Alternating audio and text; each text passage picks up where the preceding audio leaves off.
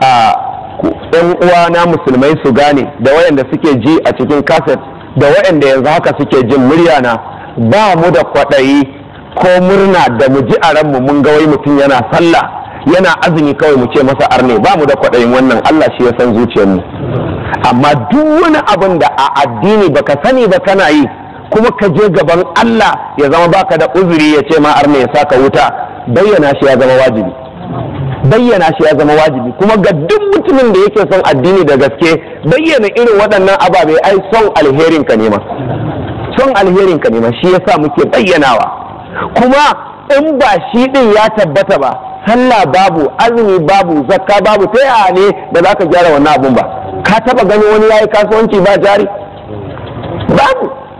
To tauhidi din jari ne, yadda ka san baka da jari ba kasuwanci, haka ba tauhidi ba ibada. To shi yasa ne muke kokarin bayyanawa, Allah ta'ala ya datar da mu. Malam yace i'lam, ka sani akhi ya dan uwana, waffaqaka Allah, Allah ya datar da kai ila ma yuhibbu, zuwa ga abin da Allah yake so, wa yarda, kuma ya yarda.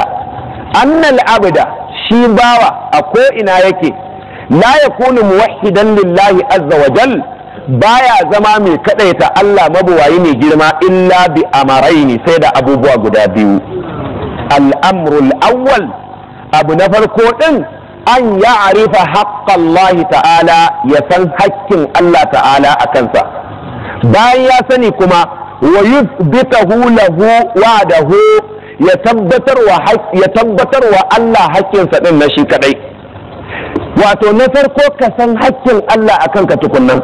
Na biyu kuma wannan haƙƙi da ka san na Allah ne, kan rabon wani ya shiga ciki. Tun da kai ma ka san na Allah ne, kar ka yarda rabon wani ya shiga ciki.